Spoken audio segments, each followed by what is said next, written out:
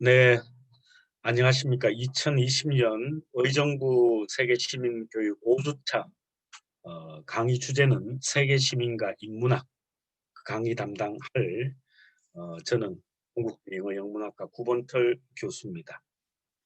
어, 비대면적 상황이기 때문에 제가 여러 시민분들을 직접 뵙고 하는 강의 내용하고, 그리고 지금 인터넷 비대면을 통해서 하니까 저도 조금 어색하고, 그리고 듣는 시민들께서도 조금 불편하시리라 생각합니다. 마지막 주체 차고, 그리고 제가 강의할 내용은 앞에 다른 분들이 강연을 하셨지만 과학적 자료나 아니면 객관적 사실을 가지고 한 내용이라기보다는 저는 인문학적 관점에서 우리가 의정 시민들이 어떻게 하면 성숙한 세계 시민 의식을 확장할 수 있을까 하는 그런 주제를 가지고 강연을 하게 됐습니다. 자, 다음 페이지.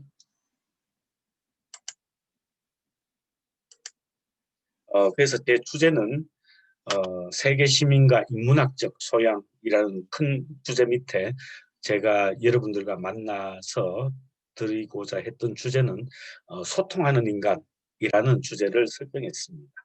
그러니까 이것을 우리가 학술명으로 하면 호모 커뮤니쿠스라고 우리가 이름을 붙였는데요. 소통하는 인간이 제가 오늘 여러분들과 강연할 주제입니다. 이렇게 말씀드리니까 소통하는 인간, 소통 너무 쉽고 그리고 편하게 아마 다가가는 어휘지만은 제가 말씀드리려는 소통이라는 개념은 나와 다른 사람이 단순히 대화를 나누는 그러한 어떤 그 능적인 소통의 개념이 아니고, 우리가 몰랐던, 그리고 우리가 알아야 되는 이러한 어떤 개념적인 장벽을 서로 허물고 어떻게 하면 내가 다른 장르 그리고 다른 사람의 입장을 공감해주고, 그리고 그 과정에서 어떻게 해서 창의적인 교집합을 이루어내느냐, 이런 어떤 통섭적 개념에 있어서 소통이라고 이해해 주시면 되겠습니다. 그래서 제목을 멋있게 호모 커뮤니쿠스라고 했는데, 우리가 여러분들 다 아시겠지만은 인간이 진화하는 과정에서 호모 엘렉투스로 먼저 시작을 했죠. 일렉투스, 지금 미국 대통령 선거가 계속 우리들의 관심을 끌고 있지만은 일렉션, 선거하다, 선출하다, 뽑다, 일으키게 하다, 이런 뜻입니다.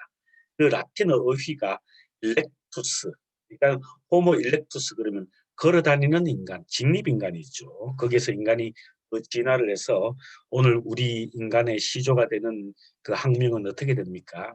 네, 호모 사피엔스라고 얘기하죠. 호모 사피엔스.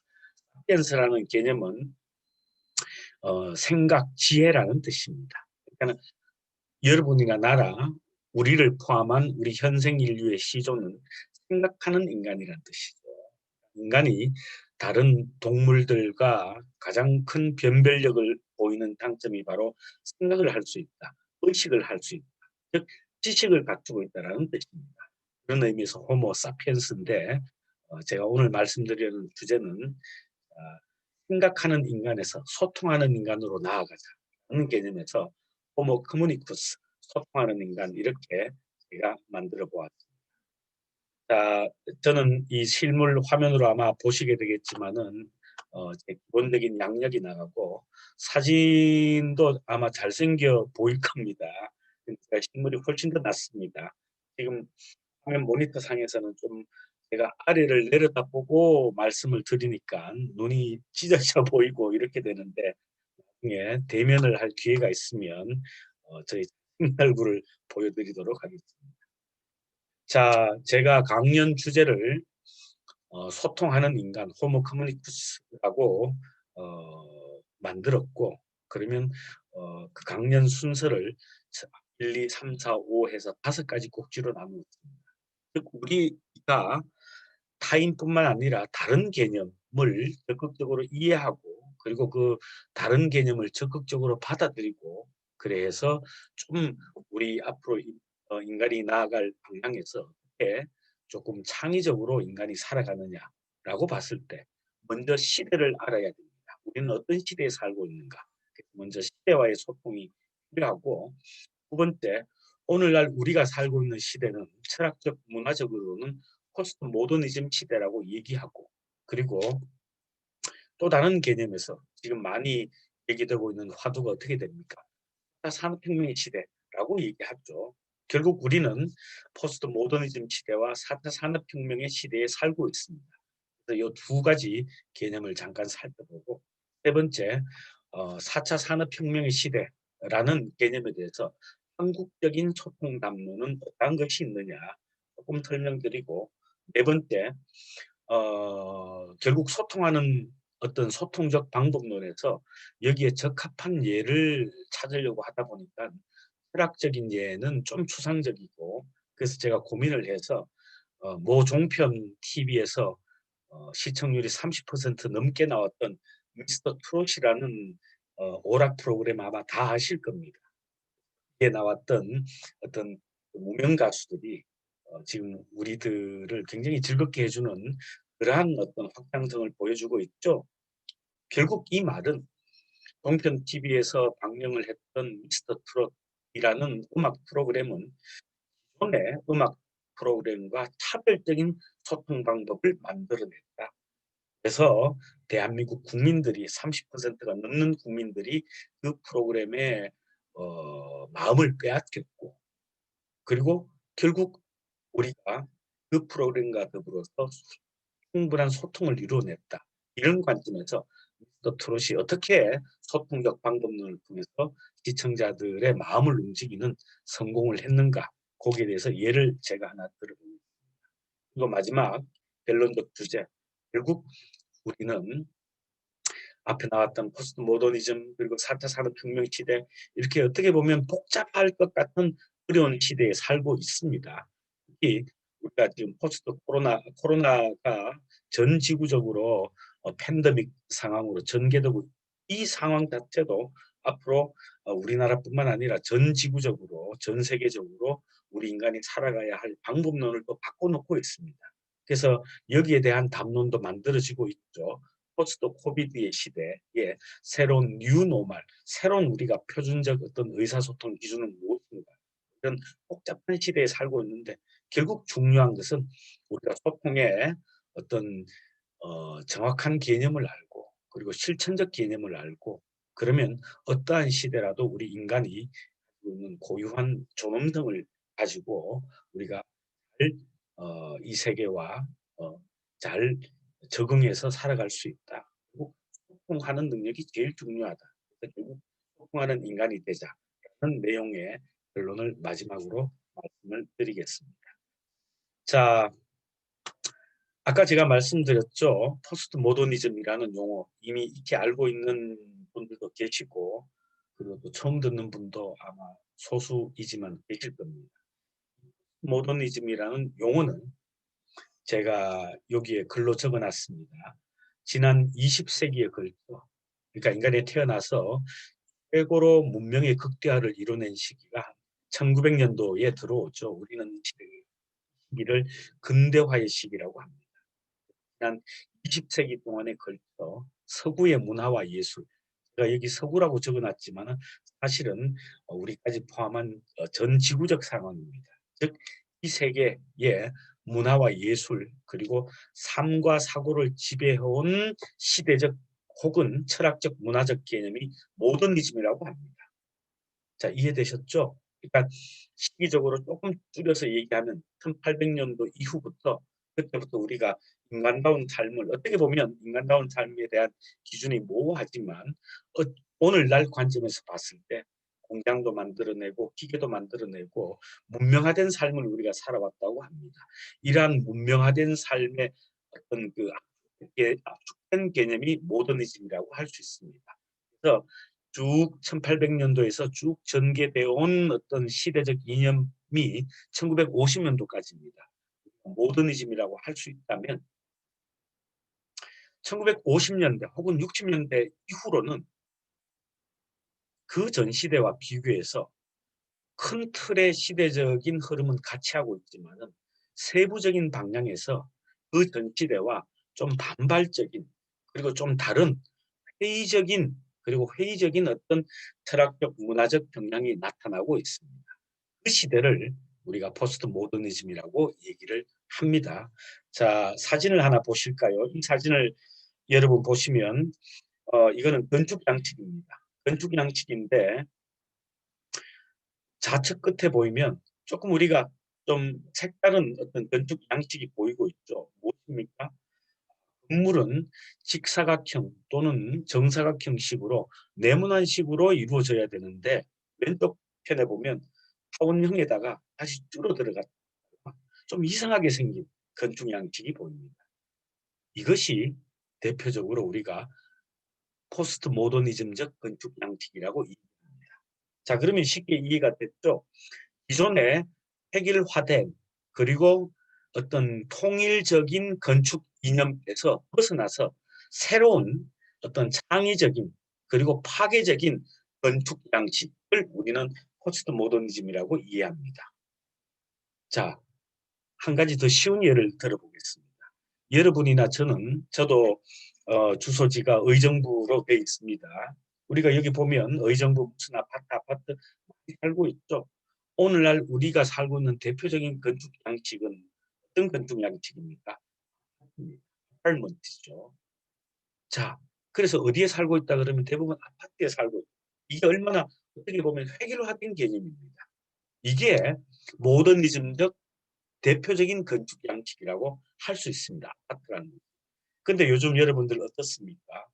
아파트라는 획일적이고 규칙화되고 정형화된 공간에서 너무 생활에 답답함을 느낀 나머지 어떻게 하고 있습니까? 그럼 전원주택으로 벗어나려고 한다든지 아니면 나만의 독자적인 어떤 삶의 공간을 만들 생각을 하고 계시죠. 이게 바로 어떤 식입니까? 우리가 지금까지 건축 양식이다, 살아야 될 집이다라고 했을 때 아파트라고만 생각했던 정형화된, 규칙화된, 규격화된 개념에서 벗어나려는 개념. 이게 건축 양식에서의 포스트 모더니즘적 경향이다. 이렇게 이해하시면 되십니다. 그래서 포스트 모더니즘은 지난 20세기에 걸쳐 우리의 문화와 예술, 삶을 지배해온 모더니즘에 대한 반발적 경향이다. 그리고 이러한 경향은 우리가 알고 있든 모르고 있든 간에 1960년도부터 전 지구적으로 나타나고 있다. 그 정도 이해하시면 되시겠습니다. 다음 예를 하나 더 볼까요? 이러한 포스트 모더니즘은 자, 건축 양식, 미술 양식에서부터 시작해서 철학적 문화 운동으로 전개되면서 정치, 경제, 사회의 모든 영역에 관련되어 오늘날까지 계속되는 시대적 이념이다. 그래서 여러분과 저는 철학적, 문화적 이름으로 어떻게 얘기할 수 있습니까? 포스트 모더니즘의 시대에 살고 있다. 이렇게 이해하시면 되십니다. 왼쪽 그림 한번 보십시오. 뭐 거의 건물이 드러나는 철근 구조에 그리고 뭐 엘리베이터도 어떻게 돼 있습니까? 뭐 이상한 식으로 이렇게 돼 있죠. 자, 이게 오늘날 만들어지고 있는 건축 양식이라는 거죠. 자, 이러한 건축 양식은 우리가 엘리베이터라든지 승강기 입구라든지 전에는 어떻게 생각했습니까? 네모난 칸의 엘리베이터로 그리고 회색 콘크리트 빌딩을 통해서 우리가 어디에 들어가는 이러한 획일화되어 있고 어떻게 보면 통일화되었던 건축 양식에서 완전히 벗어나는 개념이죠. 그래서 이러한 건축 양식이 포스트 모더니즘적 양식이라고 할 수 있고 우리는 이러한 건축 양식이 그냥 갑자기 생겼다 이렇게 생각할 수도 있지만 사실은 그게 아닌 거죠. 우리도 모르는 사이에 우리의 모든 영역에 걸쳐 이러한 포스트 모더니즘적 현상이 오고 있습니다. 그러면 이런 아까 제가 말씀드렸던 이러한 포스트 모더니즘적 개념은 조금 이제 전문적인 어떤 철학자들이 나옵니다. 해체주의 철학자라고 얘기할 수 있는 닥 데리다 있고 그다음에 정신분석학자라고 얘기합니다. 프랑스의 장작 락강, 료타르 등의 철학자들이 주도한 문화 현상으로까지 이제 전개되면서 아까 제가 말씀드렸듯이 또 의식하지 못하는 사이에 우리의 삶과 사고 문화를 지배해온 시대적 이념으로 지금까지 전개되고 있습니다. 그래서 제가 그냥 말씀으로 드렸던 모더니즘과 포스트 모더니즘 이렇게 가볍게 도표를 한번 구분해 보면, 자, 모더니즘은 어떻다고 그랬죠? 문명이 그 삶의 가치를 문명에 두면서 우리가 최대한 어떤 확장됐던 시대, 1800에서부터 1950년도까지 자동차도 만들고 비행기도 만들고 이미 우리가 어떻게 보면 만들 수 있던 거는 다 만들어버린 시대죠. 이 시대가 바로 모더니즘입니다. 그리고 근데 1960년도부터 현대까지는 모더니즘 이후의 시대라는 포스트 접두사를 붙이고 있지만은 모더니즘 시대와는 사뭇 다른 어떤 그 개념의 어떤 확산이 이루어지고 있습니다. 그 개념은 어떻게 됩니까? 모더니즘 시대에는 중심성을 향해서 나아가려는 논리가 강했던 시대입니다. 이 중심성의 개념은 서구의 철학은 기본적으로 이분법적에서 출발하고 있습니다. 즉, 마음이 있으면 반대되는 개념이 뭡니까? 마음이 있으면 어떤 그 감정이 있겠죠. 그죠? 마음이 있다 그러면 정신이 있고, 그 다음에 남성이 있다 그러면 여성이 있고, 그 다음에 문명이 있다 그러면 자연이 있고, 쉽게 얘기하면 아파트가 있다 그러면 전원주택이 있고, 이런 개념이었습니다. 그러한 이분법적 개념에서 모더니즘 시대 때는 이 이분법적 개념 중에서 이것이 중심이다, 이것이 진리다, 이것이 절대적 가치관이다 하고 어떤 한 개념에 우위를 두었습니다. 그리고 그 개념이 진리다라고 우리가 믿어왔고, 그 진리를 향해서 진리를 찾아서 가려는 개념, 그게 중심성의 운동입니다. 그러면 남성이 있었고 여성이 있었다 그러면 이 모더니즘 시대까지는 어느 개념에 훨씬 더 방점이 해졌습니까? 남성이라는 개념이었습니다. 그리고 결국 무엇이라고 얘기합니까? 남성이 진리고 남성이 중심이다라고 얘기했습니다. 그렇죠? 반면에 포스트 모더니즘은 어떻게 됩니까? 모더니즘 시대 때 강조됐던, 즉 절대적 진리가 있었던 개념이 아닐 수 있다라는 회의에서 시작을 하고 있습니다. 즉 남성이 아닐 수 있다는 논리입니다. 그것은 뭡니까? 우리가 지금까지 믿었던 중심의 개념에서 벗어나려는 움직임. 이게 탈중심 혹은 탈중심화의 논리. 이게 포스트 모더니즘의 논리입니다. 제가 여기에 재밌는 표현을 하나 썼는데 God, God입니다. 신이죠. 모더니즘 시대 때는 이 God이라는 개념을 우리가 특정 종교에 나오는 개념으로 한정해서 생각해서는 곤란합니다. 그러니까 절대적 진리의 세계라고 생각해야 됩니다. 즉 기독교의 개신교도이든 아니면 뭐 무교이든 간에 우리가 신이라는 존재는 믿어야 되는 개념, 절대적 진리의 개념으로 우리가 알아왔습니다. 이 절대적 진리의 개념이 포스트 모더니즘에 와서는 어떻게 된다는 거죠? 해체돼 버립니다. 무너져 버립니다. 없어져 버립니다. 그래서 어떻게 됩니까? God이라는 영어 단어의 스펠을 거꾸로 해보면 어떻게 되죠? DOG, 개가 되는, 그러니까 신이 개가 되는, 이것은 제가 한 번 더 말씀드렸지만 특정 종교의 개념이 아닙니다. 절대적으로 믿어왔던 이 진리가 포스트 모더니즘에서는 아닐 수 있다, 틀릴 수 있다, 허위일 수 있다라는 어떤 가정적 문화적 움직임이 바로 포스트 모더니즘이라고 할 수 있습니다. 그럼 예를 더 들어볼까요? 자, 그래서 이러한 포스트 모더니즘적 가치관은 어떻게 해서 만들어졌느냐. 우리가 아까 뭐 좀 창의적이고 독특한 건축 양식을 보았지만은 결국 어떤 시대든지 간에 그 시대를 리드하는 선구자적 개념은, 선구자적인 어떤 철학자는 나오게 됩니다. 그래서 우리가 지금 뭐 의학이 발전하고 그다음에 코로나 시대에 생물학이라든지 이런 개념이 나오지만 결국 우리가 우리 눈에 보이는 혹은 보이지 않는 여러 가지 현상을 바라보는 어떤 통찰적인 개념은 철학에서 나옵니다. 그래서 이 철학자들이 우리가 알고 있는 이 가치관을 어떻게 정립하느냐에 따라서 시대적 세부적 움직임은 굉장히 다르게 전개되고 있는 거죠. 자, 아까 말씀드렸던 1960년대 이후부터 새롭게 전개되는 이러한 운동은 그 선구자가 있었습니다. 여러분 잘 알고 있는 니체, 그러니까 프리드리히 니체라는 독일의 철학자가 자신이 쓴 책이 있습니다. 게이 사이언스. 이 게이는 뭐 동성애적 그런 개념은 명사로 해석되는 거고, 여기에서는 형용사로 즐거운, 명랑한 이런 뜻입니다. 즐거운 학문이라는 이 책에서 니체가 어떤 말을 했습니까? 신은 죽었다 라는 주장을 해버립니다. 이 말은 누구나 쉽게 할 수 있지만은 이 말이 가지고 있는 함축적 의미는 굉장히 크게 파생되고 있습니다.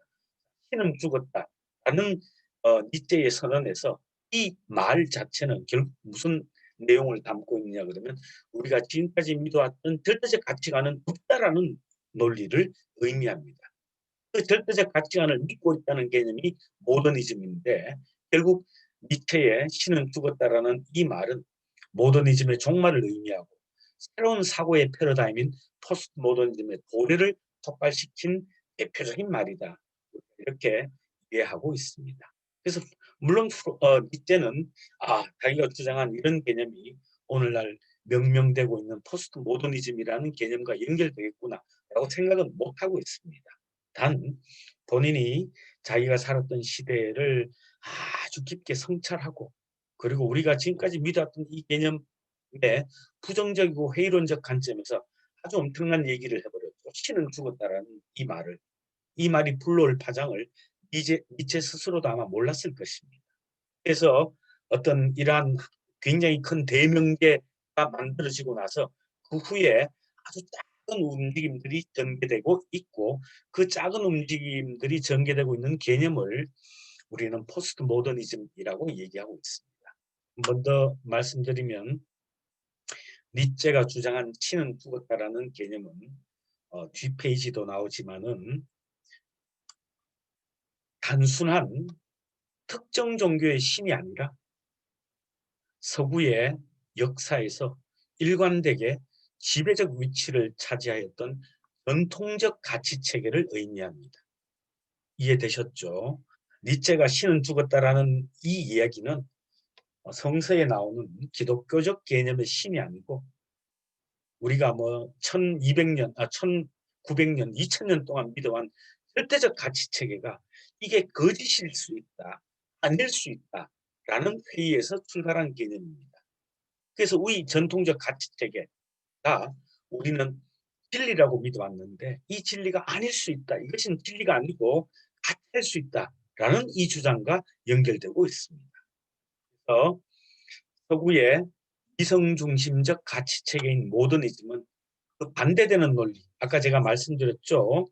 문명과 자연이 있다 그러면 문명과 자연 중에서 우리 인간은, 여기서 제가 서구라고 해놨지만 결국 우리 인간을 의미합니다. 우리 인간은 어디에 더 포커스를 뒀습니까? 인간을 위해서 문명을 훨씬 더 중시했죠. 산을 깎아서 도로를 만들고, 그리고 건물을 세웠죠. 누구를 위해서입니까? 인간을 위해서입니다.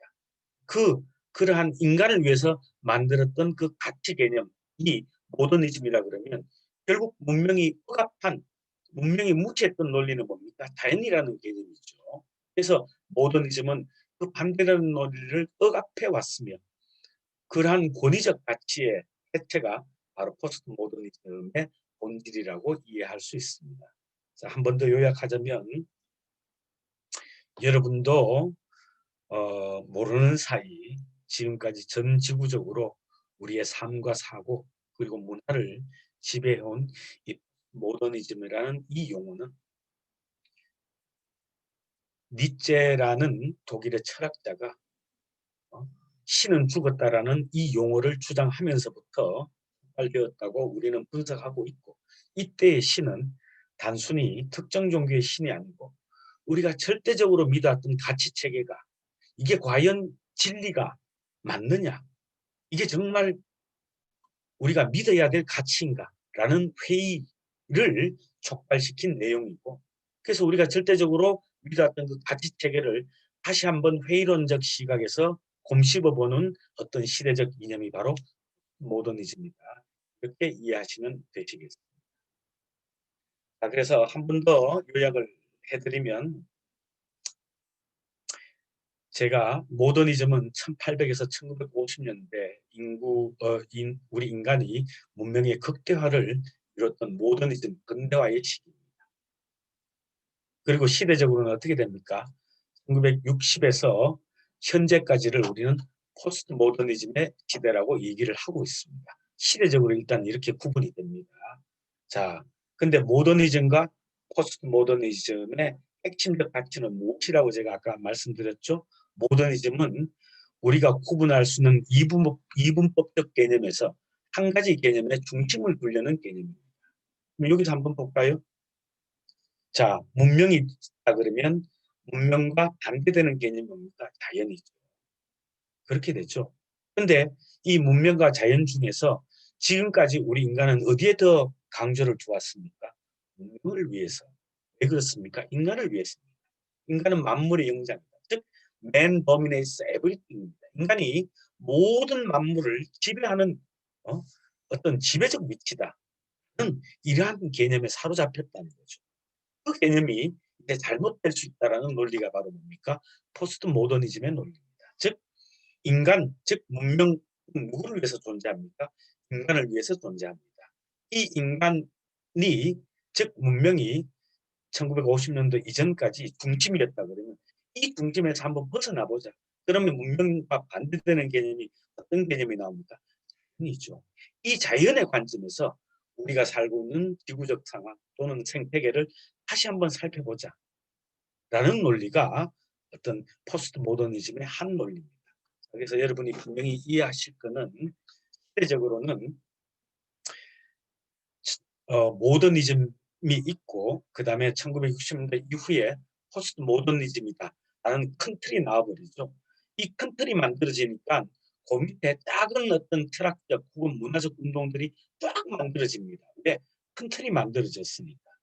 그래서 이 큰 틀에서 보면 문명과 자연을 놓고 봤을 때 지금은 어디로 향하고 있습니까? 자연으로 향하고 있습니다. 더 이상 문명, 인간 중심적인 문명 중심주의는 결국 우리 인간의 파멸을 가져다 온다. 이렇게 얘기가 되고 있죠. 왜 그렇습니까? 우리 인간이 자연을 무분별하게 exploiting, 개발하고 착지하고 하다 보니까 결국 어떻게 됩니까? 우리가 살고 있는 이 지구 생태계가 위험해지고 있습니다. 그래서 엘니뇨, 라니뇨 또는 지구 온난화 현상이 자꾸 생기게 됩니다. 지금 전개되고 있는 포스트 코로나도 어떻게 됩니까? 돌연변이성 바이러스가 만들어지는 개념입니다. 옛날에 우리의 선조들이 살았던 시대는 어떤 시대였습니까? 그때는 문명이 발달하지 않았기 때문에 깨끗한 자연이었겠죠. 근데 지금은 어떻게 됩니까? 새로운 바이러스들이 변종을 이루어내 가지고 코로나와 같은 어떤 팬데믹 현상이 만들어지게 되죠. 결국 우리가 지금까지 문명을 위해서 살아왔다. 문명이 억압했던 자연의 관점에서 우리가 다시 한번 이 인간이 살고 있는 이 지구를 한번 살펴보자라는 이러한 철학 운동이 어떻게 됩니까? 이콜로지 여러분 많이 들어봤죠. 생태학이라는 개념이 여기에서 나오게 됩니다. 생태주의 이렇게 나오죠. 푸른 숲 가꾸기, 녹색 혁명, 그리고 그린 라이딩, 그리고 생명숲 만들기 이런 개념들이 1920, 30년대 때는 나오지 않았습니다. 왜? 그때의 중심성은 뭡니까? 우리가 인간이 살아야 될 문명이었다는 거죠. 그런데 문명을 지나치게 우리가 그 의존하다가 자연을 개발하다 보니까는 결국 자연 공동체가 무너진다는 거죠. 그래서 여기에서는 문명에서는 어떠한 논리가 가능합니까? Man dominates everything. 인간이 만물을 지배한다라는 논리였지만은 이때 들어오면서 생태학의 법칙들이 나오게 됩니다. 어떻게 됩니까? Man is a part of nature. 인간 역시 자연의 한 부분이라는 거죠. 인간이 만물을 지배하는 영장이 아닙니다. 이제 더 이상. 인간은 어떤 상태에 됩니까? 우리 주변과 더불어 살아가야 되는 존재라는 개념입니다. Man is a part of nature. 인간이 바로 자연의 한 부분이다. 인간이 자연을 지배하는 어떤 지배적 개념이 아니고 인간 역시 자연의 일부분이 된다는 거죠. 이러한 인식의 확산이 오늘날 우리가 아는 생태주의, 생태철학, 푸른숲 가꾸기, 녹색혁명 이런 식으로 어떤 사유가 전개되고 있죠. 이것이 바로 뭡니까? 포스트 모더니즘이라는 큰 틀에서 하나 나온 어떤 생태학적 철학이라는 개념이 되겠죠. 번째, 이성 중심주의적 사고가 모더니즘이었다 그러면 지금은 이제 감성 중심주의적 사고인데 이거는 정신 분석학으로 가기 때문에 조금 내용이 어렵습니다. 이건 제가 논문도 하나 썼지만은 조금 더 전문적인 얘기가 나와야 되기 때문에 그냥 우리가 한번 그냥 두 가지 개념을 이분법적으로 비교해 보시면, 예전에는 뭡니까? 이성이 중요하다. 이성 중심적 사고를 해왔죠. 모더니즘 시대 때. 지금은 어떻게 됩니까? 감성 중심적으로 흘러가고 있습니다. 그래서 이 감성 중심적이 깃들어져 있는 공간, 이 무의식이라는 공간이 인간의 정신세계를 훨씬 더 잘 이해하는 어떤 개념이 된다라는 의식보다는 어떤 한 사람의 실태를 더 잘 알기 위해서는 그 사람의 무의식을 아는 것이 더 중요하다. 의식이 더 중요한 것이 아니고 무의식이 더 중요하다는 어떤 프로이트의 정신분석학을 계승한 라깡이라는 프랑스의 정신분석가에 의한 새로운 정신분석학이 만들어지게 되는 겁니다. 이런 개념도 어떻게 됩니까? 포스트 모더니즘이라는 큰 틀에서 만들어진 개념이 되고 있습니다. 자, 세 번째, 두 가지 이분법적 개념이 나오죠. 남성과 여성, 우리가 구분해 볼 수 있습니다. 의정부 시민 여러분, 지금까지 우리는 어떠한 삶을 살아왔습니까?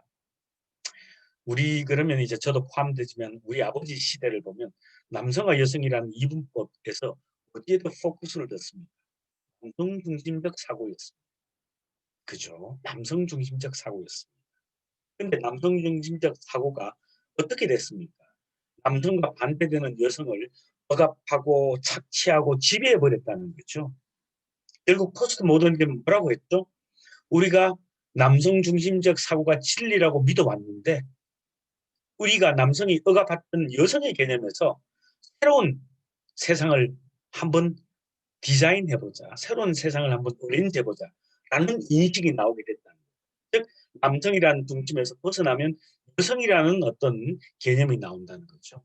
그래서 여성 해방론 또는 여권 신장이라는 페미니즘 이론이 이렇게 해서 나오게 됩니다. 그래서 이렇게 봤을 때 어떻게 됩니까? 남성이 억압한 어떤 억압된 개념이 여성이죠. 이 여성적 관점에서 담론이나 문화적 개념을 새롭게 한번 우리가 이해해보자라는 개념이 페미니즘 이론입니다. 뭐 여기에 계신 분들 대부분 이해하시겠지만 저희 아버지 세대만 하더라도 여성의 개념을 어떻게 봤습니까?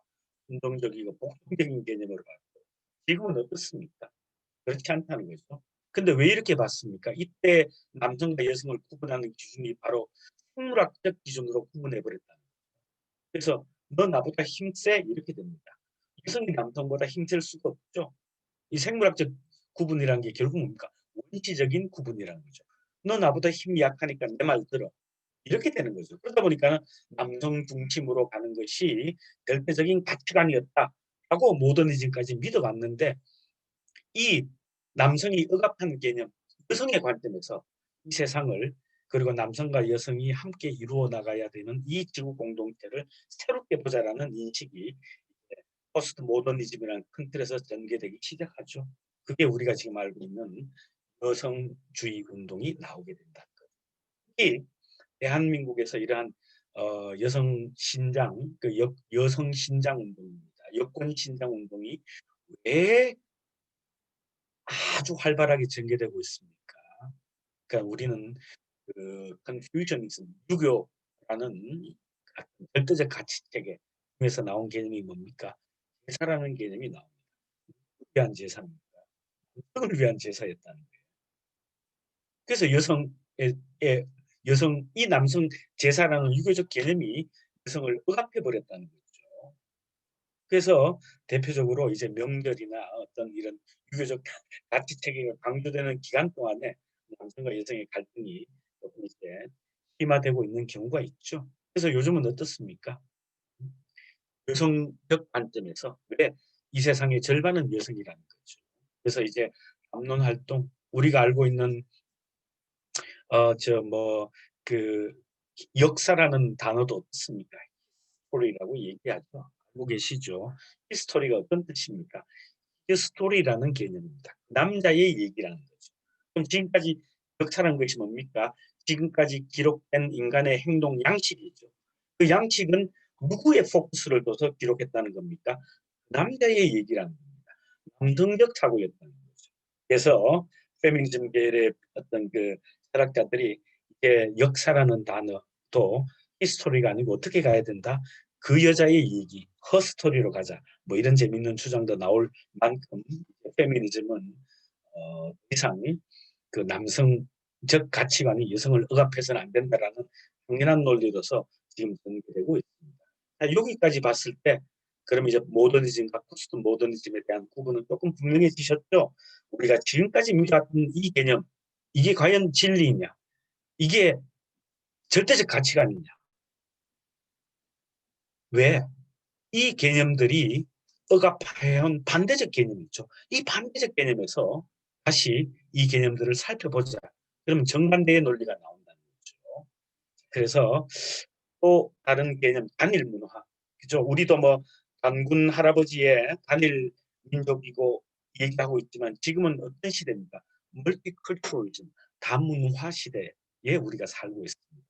예전에는 단일 문화가 굉장히 중요하다고 우리는 단일 민족, 배달의 민족 뭐 이렇게 얘기하고 있지만은 자 결국 유전학적으로 봤을 때 단일 문화에서 종족이 번식되는 개념하고 다문화가 섞이는 것하고는 훨, 훨씬 더 우수한 종족은 다문화적 과정에서 다문화적 환경에서 나온다는 게 유전의 기본적 원칙이죠. 그 딱히 뭐 유전의 개념을 제가 얘기하지 않는 바더라도 지금 세계는 어떤 시대입니까? 한일 문화만 고집해서는 살아갈 수 없는 시대라는 거죠. 다문화의 시대라는 거죠. 이것도 우리가 잘 이해해야 될 필요가 지금 뭐 우리가 살고 있는 의정부 이 수도권 인근에 외국인 근로자라든지 이런 분들이 많이 와 계시는데 이분들의 개념을 우리는 저 사람들이 물론 자기 나라에서 가난해서 한국이라는 코리안 드림을 위해서 왔다. 나보다 부족하고 가난했구나. 이러한 어떤 그 제국주의적 관점으로 바라봐서는 곤란합니다. 다문화적 관점으로 포용을 해주어야 된다는 거죠. 그 사람도 나중에 대한민국 국민의 일원이 될 수 있다. 이러한 개념으로 인식을 확장시키자라는 개념이 다문화적 개념입니다. 이 다문화의 대표적인 어떤 경우가 미국에 해당되고 있죠. 미국에 해당되고 있지만은 미국은 레이시즘, 인종차별에 대한 논의가 굉장히 아주 미묘하고 헌법에는 누구나 보장하고 있지만은 뭐 트럼프 대통령, 바이든으로 대표되는 앵글로 섹슨 계열, 화이트, 백인 우월주의가 여전히 강하게 나타나고 있습니다. 하지만 그 지난 대통령에 누가 됐습니까? 버락 오바마가 됐죠. 이게 포스트 모더니즘적 현상입니다. 그 전에는 앵글로 섹슨 출신인 화이트만이 미국 대통령이 돼야 된다는 개념이 진리처럼 신처럼 받아들여왔던 미국 사회에서 버락 오바마는 어떻습니까? 이런 표현이 과할지 모르겠지만은 근본을 알 수 없는 어떤 그 다양한 피가 섞여져 있습니다. 흑인의 피도 섞여져 있고 그리고 할아버지인가 태국이죠. 에이시안도 섞여져 있고 그리고 뭐 그래서 뭐 우리가 미국 대통령이라 그러면 하얀 피부의 앵글로 섹슨의 아주 수준 높은 그리고 동부의 귀족 가문 출신이어야 된다. 이것이 바로 뭡니까? 모더니즘 시대에서 규정한 미국 대통령의 기준이라는 개념이죠. 이게 절대적 가치관이다. 이게 진리다라는 개념입니다. 그런데 포스트 모더니즘적 시대로 와버리니까 어떻게 보면 근본도 알기 어려운 오바마와 같은 혼혈 인간이 미국 대통령이 되어버렸다는 거죠. 다문화였기 때문에 가능합니다. 그래서 우리 대한민국도 어떻게 보면 우리가 단일 문화에 대한 우월성은 좋지만은 타문화를 지나치게 어떤 좀 획득하는 경향이 없잖아 있는 건 사실입니다. 우리 주변에 와 있는 다문화 가정을 저 사람도 우리 대한민국의 한 국민이다. 이런 인식의 확장이 필요하다는 거죠. 자, 그렇게 봤을 때 포스트 모더니즘은 결국 어떻다는 거예요? 자, 한번 논리를 거꾸로 해보면 자, 여기 여성분들도 계시겠지만 우리 저 남성 우월주의에 고생들 아마 많이 하셨을 겁니다. 그래서 지금 이 시대에 어떻게 해야 된다는 겁니까? 그래, 너희들 이제 죽어봐. 해서 여성들이 남성을 지배해야 된다. 그 논리는 오히려 극단적인 어떻게 보면 또 다른 권위 체계를 만들어내는 거죠. 무슨 논리가 가능합니까? 남성이 여성을 존중해주고 그리고 여성도 남성 못지않는 사회적 역할이 중요하다. 이게 지금 남성과 여성을 생물학적 기준으로 보지 않고 사회적 기준으로 본다는 젠더 시어리라고 얘기하죠. 젠더 이론이 여기서 나오는 겁니다. 이러한 어떤 통섭적인 그리고 소통적인 개념이 나와야 된다. 이게 포스트 모더니즘입니다. 이해되시겠죠? 한 번 더 마무리하자면 그래 우리가 지금까지 억눌려 봤어. 너희들 이제 죽어봐. 그러면서 전국의 여성이여 단결하라. All women's unite. 뭐 이런 개념이 아니라는 겁니다. 우리 여성 스스로가 사회학적으로 남성보다 더 뛰어난 역할을 적극적으로 찾을 수 있고 그리고 남성 못지않게 여성 역시 건전한 사회 문화의 공동체다라는 인식의 확대가 이 페미니즘 운동이라는 거죠. 이렇게 봤을 때 자, 모더니즘에서는 두 가지 개념에서 한 가지 개념에 지나치게 강조를 뒀다 그러면 포스트 모더니즘이 바라보는 윤리학은 어떤 윤리학입니까? 두 개념의 조화로운 공생이다. 이렇게 이해하시면 되시겠습니다. 그리고 또 하나 지금 우리 삶을 관통하고 있는 논리가 하나 있죠. 그 논리가 어떻게 됩니까? 4차 산업혁명 이렇게 나오고 있습니다. 4차 산업혁명. 자, 그래서 제가 4차 산업혁명을 어떻게 썼습니까? 앞에 한번 모더니즘까지는 어떻게 됩니까? 1차, 2차, 3차 산업혁명이었다는 거죠. 포스트 모더니즘은 지금 어떻다는 거죠? 4차 산업혁명 시대에 이제 전개되어 있다는 겁니다. 그 내용을 다음 페이지에 조금 설명하도록 하겠습니다. 자, 결국 포스트 모더니즘은 제가 말씀드린 대로 그 아까 한번 제가 서두에 했던 말씀을 상기시켜 드리면 인문학적 교양 강좌는 과학적, 물리학적, 기계적 접근이 아니고 공감과 소통의 어떤 학문이고 그래서 제가 말씀드리는 논리가 과학적이고 검증된 개념이 아니다 하더라도 인문학적 논리는 어떤 논리입니까? 소통되고 공감되고 it may be possible 가능하겠구나라는 어떤 그 생각의 확장입니다. 그래서 다른 철학자, 다른 인문학자들은 다르게 주장할 수 있을지도 모르겠지만 제가 생각하는 포스트 모더니즘의 기본적 개념은 아까 말씀드렸듯이 읽어보겠습니다. 포스트 모더니즘의 윤리학은 남성과 여성, 문명과 자연, 뭐 단일 문화와 다문화의 구분을 명확하게 하는 것이 아니고 그 양극단을 구분되어 있는 양 개념을 조화롭게 소통 융합하는 공생의 철학이다. 저는 이렇게 포스트 모더니즘을 해석하고 싶습니다. 따라서 결국 어떻게 됩니까? 포스트 모더니즘의 이러한 이념은 결국 과학과 인간의 융합과 공생의 시대인 오늘날 4차 산업혁명의 시대적 가치관과 당연히 연결되고 있다고 저는 생각합니다. 우리가 지금 4차 산업혁명 많이 얘기하고 있는 거죠. 결국 뭡니까? 인간과 과학이 슬기롭게 조화를 이루어야 된다는 개념이 4차 산업혁명의 핵심입니다. 그러면 인간과 반대되는 개념이 뭡니까? 과학, 기계죠. 그 인간과 기계의 슬기로운 융합. 결국 앞에 제가 쭉 설명드렸던 포스트 모더니즘 개념의 또 다른 내용이다. 이렇게 말씀드릴 수 있습니다. 그래서 포스트 모더니즘과 4차 산업혁명을 연결시켜서 말씀드리면 4차 산업혁명도 여러분 오른쪽에 화면에 보시면 클라우스 슈밥이라는 그 사회학자가 2016년도 다보스 포럼에 가서 만든 용어입니다.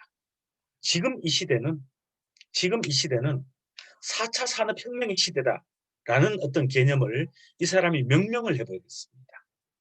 클라우스 슈밥이 만든 Fourth Industrial Revolution 네 번째 산업혁명의 시대에 우리가 지금 살고 있다. 이렇게 자기가 용어를 만들었습니다. 그러다 보니까 너나 할 것 없이 지금 다 4차 산업혁명의 시대라고 다들 이해하고 있고 거의 상식적인 개념으로 알아가고 있습니다. 그래서 클라우스 슈바크 쓴 책을 제가 읽어보니까 오늘 여러분에게 이제 전해드릴 이 내용을 제가 읽고 한번 따왔습니다. 결국 4차 산업혁명의 개념은 뭐냐 그러면 모든 학문과 기술이 끊임없이 융합하고 조화를 이루는 상호 교류작용의 시대가 지금 시대라는 겁니다. 그리고 이러한 혁명적 패러다임이 정치, 사회, 문화 전반에 걸쳐서 파괴적인 변화와 혁신을 이끌어내는 세계화 과정, 이것이 바로 지금 우리가 살아야 되는, 즉 살고 있는 4차 산업혁명의 시대다. 이렇게 주장을 했습니다. 자, 여러분 어떠세요? 이런 내용을 보니까 이거 뭐 누구나 알고 있는 개념이 아니냐, 뭐 당연한 내용 아니냐, 이런 생각 드실 수도 있습니다. 그렇죠? 모든 학문과 기술이 끊임없이 융합하고 조화를 이루는 상호교류 작용의 시대고, 그러면 제가 지금 인문학자지만은 인문학뿐만 아니라 제가 과학이라든지 생물학이라든지 물리학이라든지 이런 다른 학문과 끊임없이 융합하고 조화를 이끌려는 창의적 사고를 해야 된다. 이게 4차 산업혁명 시대를 살아가는 기본적 화두다. 이건 저도 할 수 있습니다. 여러분 저를 우습게 보지 마세요. 여러분도 할 수 있습니다. 여러분도 이런 얘기 할 수 있습니다. 근데 이러한 시대다라고 생각했던 개념을 클라우스 슈밥이 4차 산업혁명이라고 명명해버렸다는 겁니다. 제가 생각하기에는 위대한 석학이나 아니면 위대한 천재는 우리하고 뭐가 다른가 제가 한번 생각해 봤습니다. 먼저 간 사람이라는 겁니다. 먼저 간 사람이라는 개념이 뭡니까? 남들이 가지 않았던 길을 개척한 사람이겠죠. 아까 얘기했던 니체도 신은 죽었다. 이제 절대적 가치 체계가 정말 이게 맞는지 안 맞는지 고민해 봐야 된다라는 용어를 만들어 버렸죠. 이게 천재라는 개념입니다. 석학이라는 개념입니다. 클라우스 슈밥도 이제는 내 혼자 살아서는 안 된다. 다른 학문과 다른 기술과 끊임없이 융합해서 시너지를 만들어야 된다. 이걸 뭐라고 할까? 라고 고민하다가 4차 산업혁명의 시대라는 용어를 만들어 버렸습니다. 그래서 제가 생각하는 석학이나 선구자나 천재의 개념은 이러한 내용은 여러분도 다 알고 있고 누구나 알고 있는 어렴풋한 내용입니다. 우리가 알고 있는 어렴풋하고 추상적인 개념을 한 단어로, 한 문장으로 깔끔하게 명명하는 능력. 저는 이것을 천재나 석학이나 선구자라고 생각합니다. 그래서 클라우스 슈바베이 지금은 4차 산업혁명의 시대다 라고 용어를 딱 만들어 보니까 그 밑에 어떠한 것들이 막 파생됩니까? 인공지능, 드론, 자율형 주동차, 무인 셀프 주차장. 그다음에 지금 여러분하고 저하고 지금 어떤 수업을 하고 있습니까? 비대면 수업을 하고 있습니다. 저도 지금 대학교에서 학생들과 강의를 컴퓨터를 통해서 비대면을 하고 있습니다. 저는 제가 이런 수업을 할지 1년 전까지 미처 상상도 못했습니다.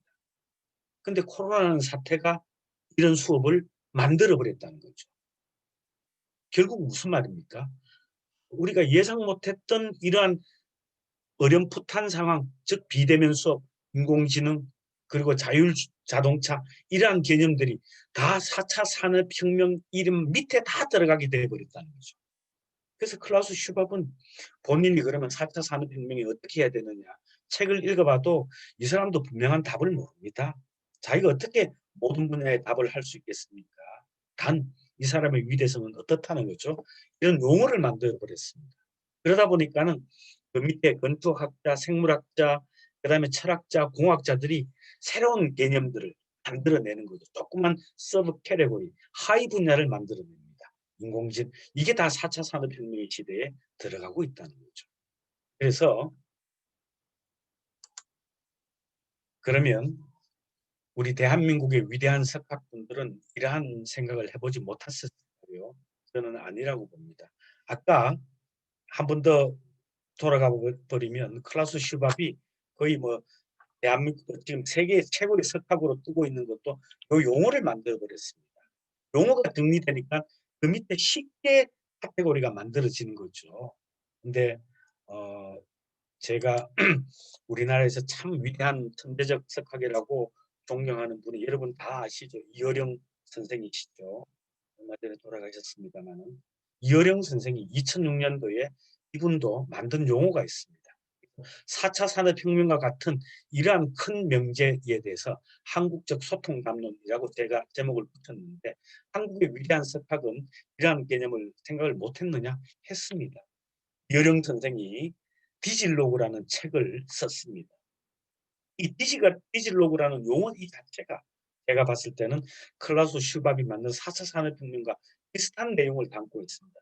이어령 선생은 어떻게 예언했습니까? 앞으로의 시대는 디지털이 뭡니까? 기계입니다. 문명입니다. 과학입니다. 과학이 계속해서 발달하겠지만은 그렇다고 해서 아날로그는 뭡니까? 인간적 감수성입니다. 인간적 감수성이 무시돼서는 안 되고, 과학기술과 인간적 감수성이 교집합을 이루어야만이 우리가 훌륭한 시대를 만들어낼 수 있다. 이렇게 가야만이 우리 인간이 좀 더 인간다운 삶을 누릴 수 있다라는 개념을 이 이어령 선생이 고민하다가 만든 용어가 디질로그라는 용어입니다. 말입니다. 디지털 나오죠. 디지털과 플러스 아날로그라는 이 용어를 이어령 선생이 만든 영어적 표현이에요. 디지털 기반과, 즉 기계 문명 기반과 인간이 만들어낸 아날로그 정서가 융합해야 되는 시대의 흐름을 나타내는 용어 디질로그. 얼마나 멋있느냐 말입니까. 그래서 이 디질로그라는 책을 읽어보면 이어령 선생은 첨단 디지털 사회에 필요한 한국인의 감성적 코드를 강조한 용어다. 저는 이렇게 해석을 하고 있습니다. 근데 이어령 선생이 아까 얘기한 클라우스 슈밥보다 어떤 세계적인 그 영향력이 적었는지 몰라도 4차 산업혁명이라는 용어가 훨씬 더 전지구적으로 강타하고 있죠. 그래서 얼마나 이 천재적 용어입니까? 그래서 석학은, 위대한 학자는 우리가 어렴풋하게 생각하고 추상적으로 생각해온 이런 시대구나 라는 개념을 분명하게 명명하는 능력을 갖춘 사람이다. 저는 이렇게 정의하고 있습니다. 이어령 선생 말고 저하고 비슷한 분인데 김정훈 교수라고 있습니다. 아마 TV에서 많이 봤었을 텐데 이분도 굉장히 의미 있는 용어를 만들어냈습니다.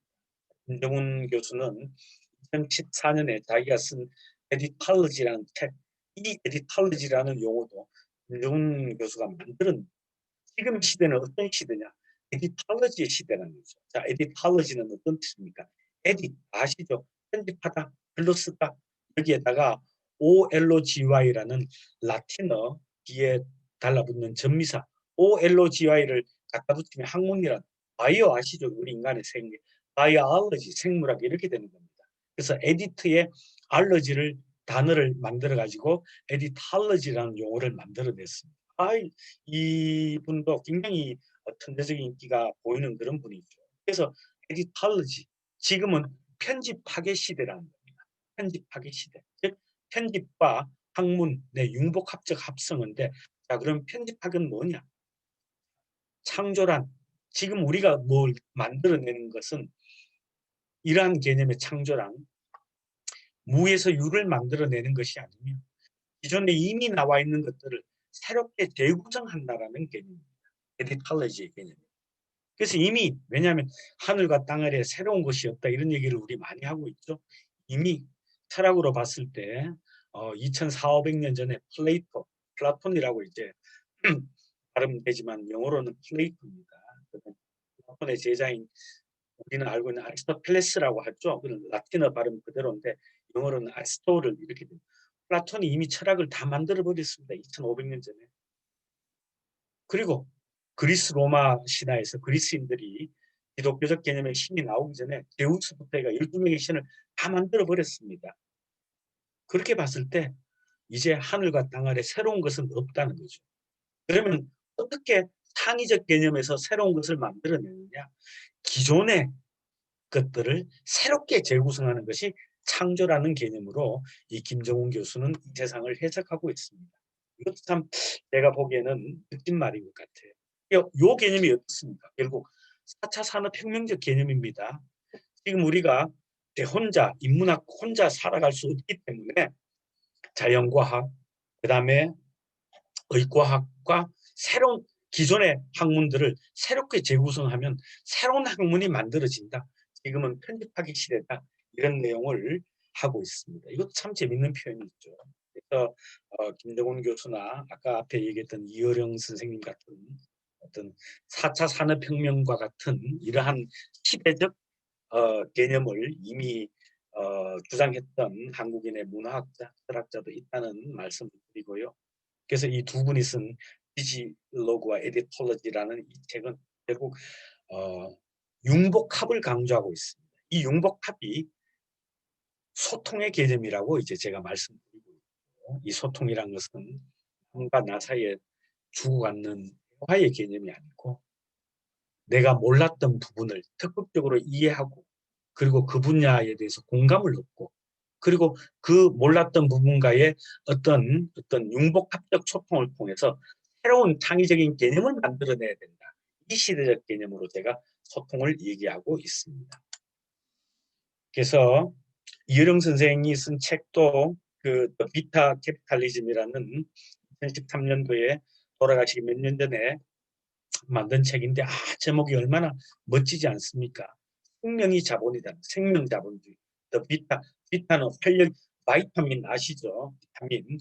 그러니까 생명이 자본이라는 뜻입니다. 우리가 지금 자본주의 2.0 뭐 이런 그 돈만이 최고다라는 이러한 그 시장 자본주의 사회에 물론 살고 있지만은 이 시장 자본주의에서 그나마 인간의 존엄성을 유지하려고 하면 어떻게 해야 되느냐? 사람 자체가 자본으로 봐야 된다는 거죠. 돈이 자본이 아니고. 그러니까 우리가 관계 맺고 있는 사람 자체를 고귀하게 바라봐라. 그래서 생명이 자본이다. 굉장히 멋있는 문제적인 말이라고 제가 소개를 드립니다. 결국 이어령 선생은 자본주의의 천박한 상업성을 극복하기 위한 대안으로 생명과 사랑, 이건 인간만이 할 수 있습니다. 인간과 동물의 차이점이 뭡니까? 웃을 수 있습니다. 울 수도 있죠. 하지만은 다른 동물과 다르고 여러분 한번 보세요. 뭐 사자나 원숭이나 우리 인간은 웃을 수 있습니다. 이게 생명체 중에서 우리 인간에게 부여된 아주 제가 생각에는 절대적인 어떤 인간의 소통적 능력입니다. 웃을 수 있습니다. 얼마나 좋은 개념입니까? 그래서 생명과 사랑의 소중함을 강조한 키워드다. 이렇게 얘기 드리고 제가 말씀드린 개념은 소통하는 인간이 되자. 소통하는 인간. 호모 커뮤니커스입니다. 물론 호모는 라틴어로 인간이라는 뜻이고 커뮤니커스는 라틴어로 공통, 공유 이런 뜻입니다. 그래서 여기에서 공통, 공유하는 공간이 뭡니까? 커뮤니티, 공동체, 지역사회 이렇게 되고 있죠. 그러면 공동체, 지역사회에서 공통되는 개념이 뭡니까? 서로 얘기를 해야 되죠. 그래서 의사소통 이렇게 됩니다. 그래서 결국 커뮤니케이트는 어떻게 됩니까? 소통하다는 거죠. 단순히 말하기야 듣기를 넘어서는 개념이죠. 제가 지금 말하고 여러분은 듣고 계시지만 저는 말을 다 했고 여러분은 들었다라고 해서 이게 소통이 된다 이런 개념은 아니라는 점이죠. 그래서 좀 쉬운 예를 하나 들겠습니다. 여러분 미스터 트롯 다 한번 아마 보셨을 겁니다.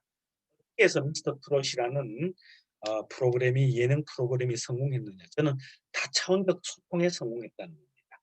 네 가지 이유가 있죠. 첫 번째 뭡니까? 신데렐라 스토리입니다. 즉 무명 가수들의 처절한 성공 얘기가 들어가 있습니다. 이미 나훈아, 남진급의 가수가 나온 게 아니죠. 우리가 듣보잡이라고 얘기하지만은 전혀 몰랐던 가수들이 성공을 해보려고 처절하게 노력하는 어떤 성공 얘기가 나왔죠. 이러한 처절한 어떤 목숨을 건 그죠? 그 성공 얘기는 누구나 공감을 불러일으킵니다.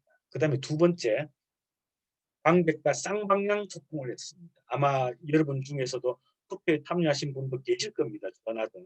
이게 바로 뭡니까? 그냥 보여주는 쇼 프로그램이 아니고 관객과 함께하는 방식을 만들었다는 거예요. 그런 소통 방식입니다. 그다음에 세 번째, 세대 간 소통에 성공했다는 겁니다. 우리가 트롯이라고 하면 어떻게 생각합니까?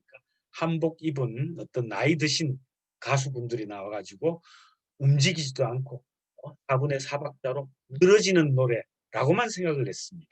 근데 이러한 트롯이라는 노래를 어떻게 했습니까? 20대도 좋아할 만한 다른 리듬의 템포로 편곡을 했고 거기에 댄스를 가미시켜서 퍼포먼스를 더해버렸습니다.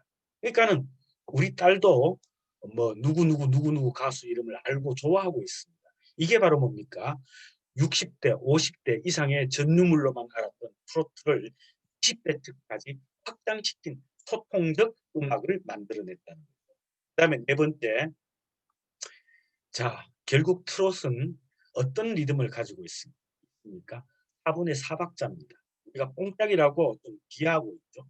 트롯 영어 표현인데 트로트 이렇게 되죠. 결국 자, 제가 뭐 노래를 부르면 손대면 톡하고 터질 것만 같은 그대 공전하라 부르리요. 이거 어떻게 됩니까? 4분의 4박자입니다. 네 단어로 가고 있습니다. 이 언어적 리듬은 우리 한국인의 고유의 언어적 리듬입니다. 우리가 결국 나중에 나이가 들면 회귀하게 되는 가장 한국인이 좋아하는 언어적 리듬입니다. 이 리듬은 어디에서 왔습니까?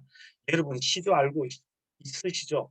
정몽주의 뭐 단심가 이 몸이 죽어주고 100번 고쳐주고 백골이 진토되어 넋이라도 있고 없고 4분의 4박자입니다. 시조에서 가지고 온 문구입니다. 그 어조를 트롯이 이어받고 있다는 거죠. 그래서 트롯은 단순한 뽕짝이나 4분의 4박자의 개념이 아니고 몇백 년 동안 이어져 온 한국인의 가장 이상적인 바이오 언어가 4분의 4박자입니다. 그러한 전통적 리듬에 호소했기 때문에 미스터 트롯이 성공을 했습니다. 그러다 보니까 미스터 트롯 이후에 다른 TV 종편에서 마류작들이 많이 나오고 있죠. 근데 조금 식상하죠. 왜? 이 1, 2, 3, 4를 뛰어넘는 새로운 융복합적 소통적 프로그램을 만들어내야만이 이제 주목을 끌게 되는 시대라는 거죠. 그래서 결국 미스터 트롯은 이러한 제가 분석한 네 가지 방식을 통해서 다차원적 소통을 이루어낸 시청률이 40%까지 육박한 그런 훌륭한 음악 프로그램으로 소통에 성공했다. 이렇게 할 수 있습니다. 결국 제가 드리려고 하는 말씀은 어떻게 됩니까? 우리 인간은 이제 생각하는 인간에서 어떻게 가야 된다는 거죠? 소통하는 인간으로 가야 된다는 거죠. 요 그림 보이시죠? 로딩이라고 얘기하고 있습니다. 오뎅 뭐 그랬는데 로딩에 생각하는 사람이라고 알고 있는데 원어는 thinker입니다. thinker. 결국 철학자, 사상가 이렇게 번역을 해야 되는데 잘못된 번역 표현입니다. 사실 thinker 아시죠? think의 thinker 이게 영어 원제가 thinker입니다. 생각하는 사람은 뭐야? 좀 가벼워 보이죠? 철학자는 뜻이에요. 근데 여기서 강조됐던 게 뭡니까?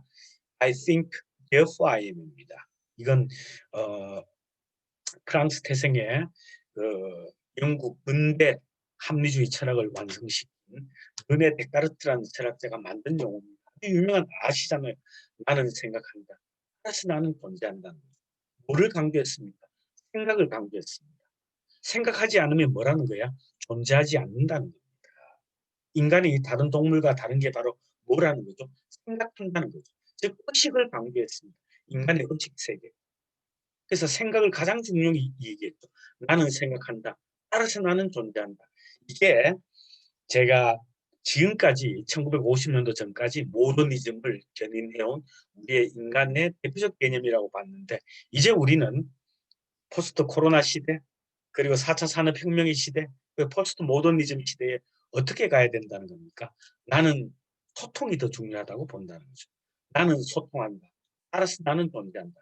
제가 이건 하나 적어봤습니다. I communicate, therefore I am. 소통하지 않으면 존재하지 않는다. 이러한 어떤 인식의 확장이 오늘날 4차 산업혁명의 시대, 포스트 모더니즘 시대 이게 필요한 어떤 아닐까 이렇게 생각합니다. 그래서 생각하는 인간에서 소통하는 인간으로 나아가자. 제가 여러분들과 함께 나누고 싶었던 말씀입니다. 그림 그려놨죠? 제가 이제 적어봤습니다. 자, 앞에 두 개는 많이 들어보셨을 겁니다. You want to go fast? 빨리 가려면, 여러분이 어떤 길을 빨리 가려면 go alone, 혼자 가라. 여러 사람 같이 가면 뭐 안 되겠죠. You want to go fast? go alone, 혼자 가세요. 근데 길이 멀다, 멀리 가려고 하면 you want to go far, go together입니다. 멀리 가려고 하면 다른 사람과 함께 가라. 제가 드리고 싶은 마지막 말씀입니다.